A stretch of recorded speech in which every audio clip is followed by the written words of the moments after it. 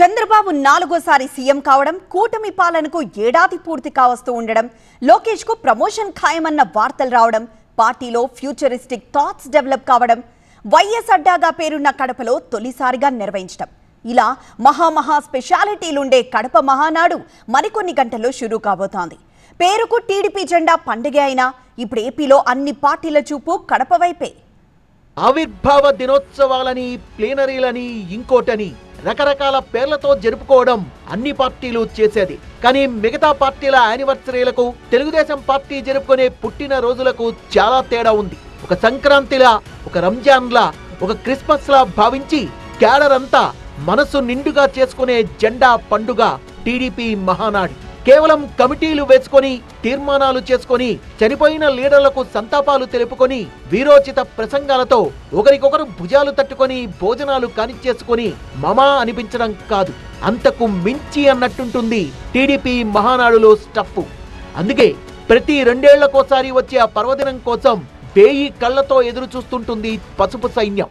నాడు నాడు నాడు నాడు మహానాడు, నాడు నేడు ఎన్నడైన తెలుగువాడి తోడు, చూడు చూడు చూడు చూడు కలియ చూడు, తెలుగు దేశ కార్యకర్త సాటి ఎవడు లేడా.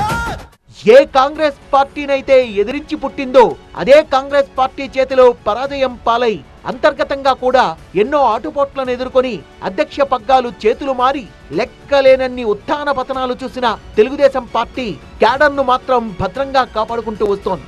తెలుగుదేశం పార్టీకి ప్రధాన రక్షరేకు కార్యకర్తలైతే ఆ కార్యకర్తల్లో జోష్ నింపుతూ జెండాను నిటారుగా నిలబెట్టడంలో కీలక పాత్ర మాత్రం మహానాడుదే.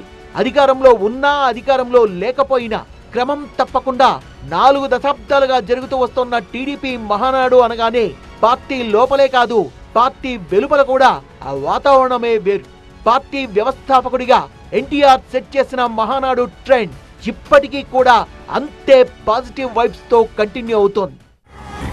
కడప మహానాడు గురించి మాట్లాడుకునే ముందు 2022లో జరిగిన ఒంగోలు మహానాడు గురించి ఖచ్చితంగా మాట్లాడుకునే తీరాలి.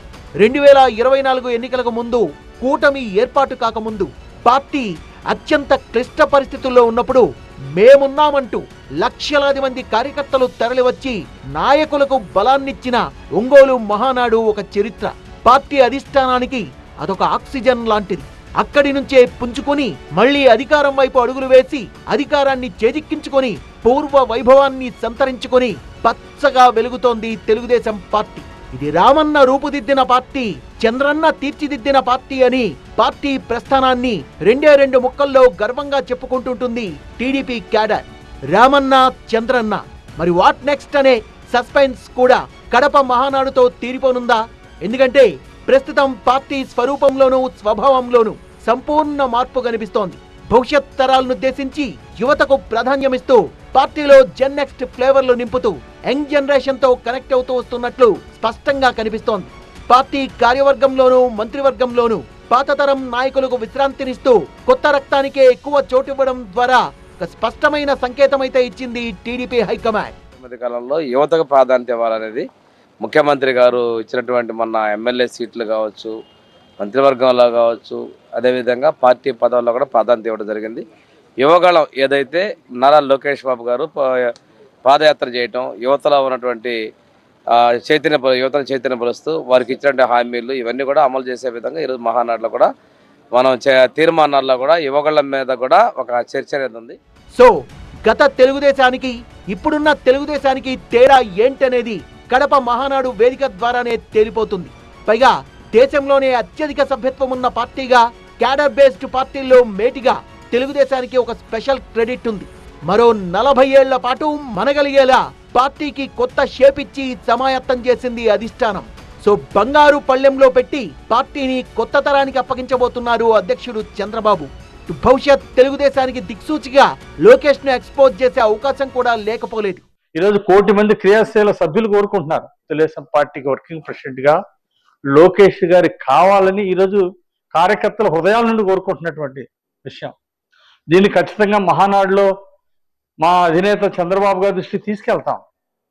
ఈరోజు పార్టీని మరో 40 సంవత్సరాల పాటు యువరక్తంతో నింపి విజన్ 2047 సాధించుకొని మరో అడుగు ముందుకేయాల్సిన అవసరం ఉంది. పార్టీ చరిత్రలో తొలిసారిగా కడప జిల్లాలో జరుగుతోంది టీడీపీ మహానాడు.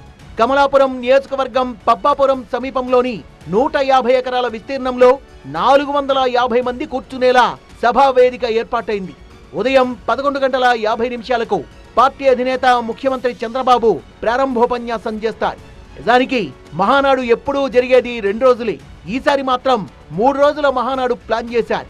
తొలి రోజు పార్టీ ప్రతినిధుల సభ, పార్టీ సంస్థాగత నిర్మాణం, భవిష్యత్ కార్యాచరణపై క్యాడర్కు దిశానిర్దేశం ఉంటుంది. రెండో రోజు కూటమి ప్రభుత్వం ఏడాది పాలనలో జరిగిన అభివృద్ధి, సంక్షేమ కార్యక్రమాలపై రూపొందించిన ముసాయిదా తీర్మానాల్ని ఆమోదిస్తారు. తొలి 2 రోజులు 25,000 మంది హాజరవుతారనే అంచనా ఉంది. మూడవ రోజున 5 లక్షల మందితో జరిగే బహిరంగ సభ కడప మహానాడుకి ఇవ్వబోయే మహా ఫినిషింగ్ టచ్.